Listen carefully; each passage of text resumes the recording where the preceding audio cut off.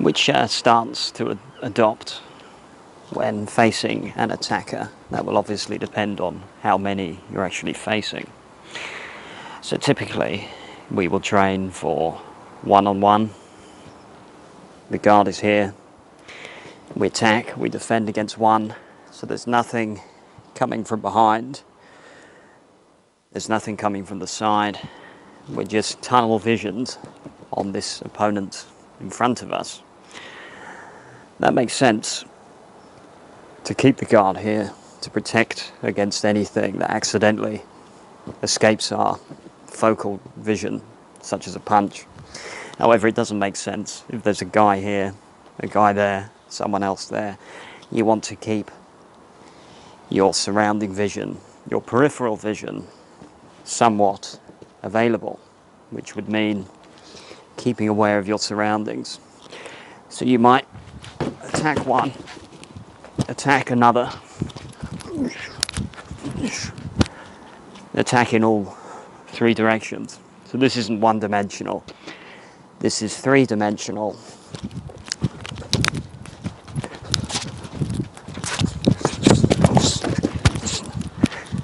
Moving in any way you need to.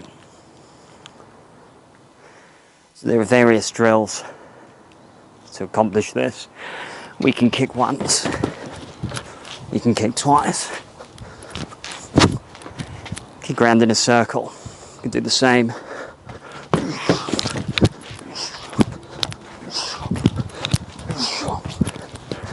On the left, we can do one kick, two, we can do one, set ourselves, two, and there are various exercises that we can do.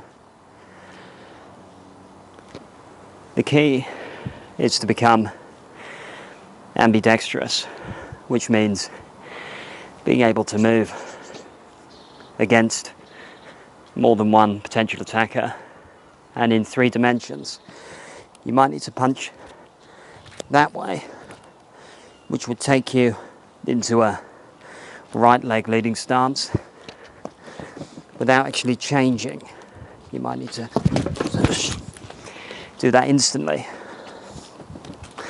You might need to step that way rather than just round and across a single opponent. You might need to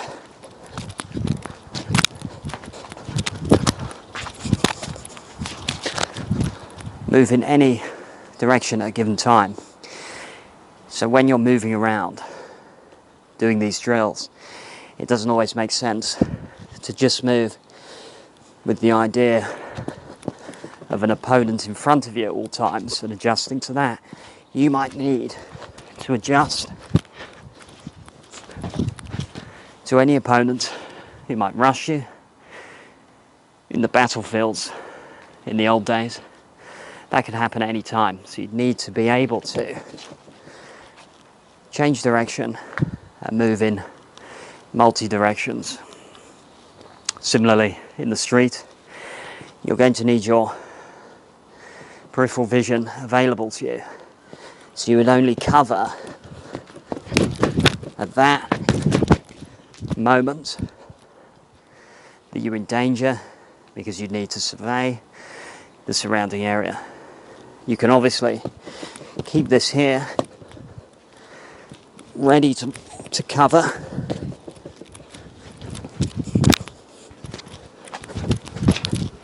But also you might need to grab, secure, turn, throw, and all sorts of things.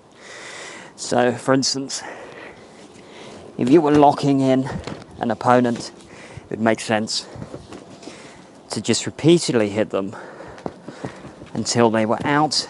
If there were different opponents, you might need to turn them, push them away, make your way through a crowded situation. There are really innumerable considerations. So each time you're thinking about attacking, are you able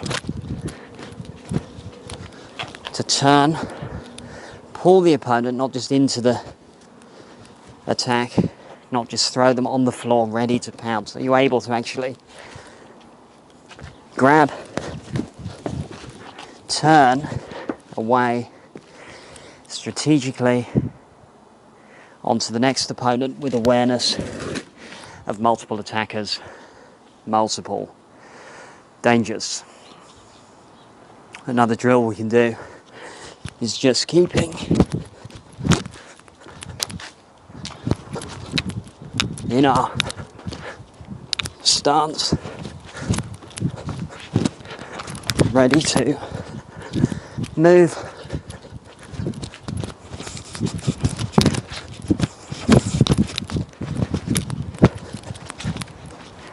any which way. It can even be with the footwork.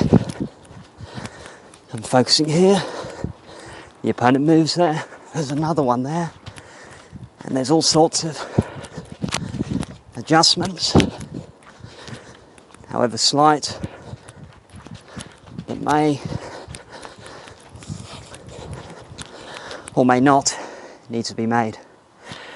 So obviously, at the simple level, this involves being able to change stance rapidly. At the more complex level, it means not only being able to change stance, but to be able to change focus. Being able to pick out from the periphery, there's something, focus, there's something else, focus. Rather than simply being locked in to just one. So this involves an internal awareness of where you are in relation to what's around you. That's helped by peripheral vision. Tunnel vision is focusing only on one thing at the exclusion of everything else. When you're stressed, you tunnel vision, you go into survival mode, all your resources are on this one thing. That's useful. It's not always essential. So when we think of tactically fighting one opponent, that's like putting all your eggs in one basket.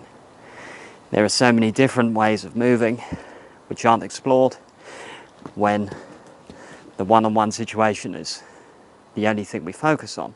Today we think only of one-on-one, fair rules, competition. However, that's just one side of it. So you can't build an entire system out of one of innumerable factors. It just can't be done. So just by remaining aware,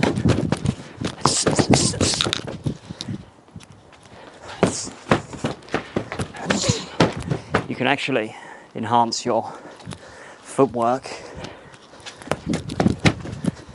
timing and skills for the one-on-one situation by considering the wider ideas within martial arts, which include multiple attackers moving in multiple directions. All the traditional forms emphasized moving in multiple directions, and this is the reason why, because on the battlefield you may need to draw your bow, you may need to get the sword. Not only would you be going long range to short, you'd be going from person to person, you may be ambushed. So you'd need to remain aware of the wider area surrounding you.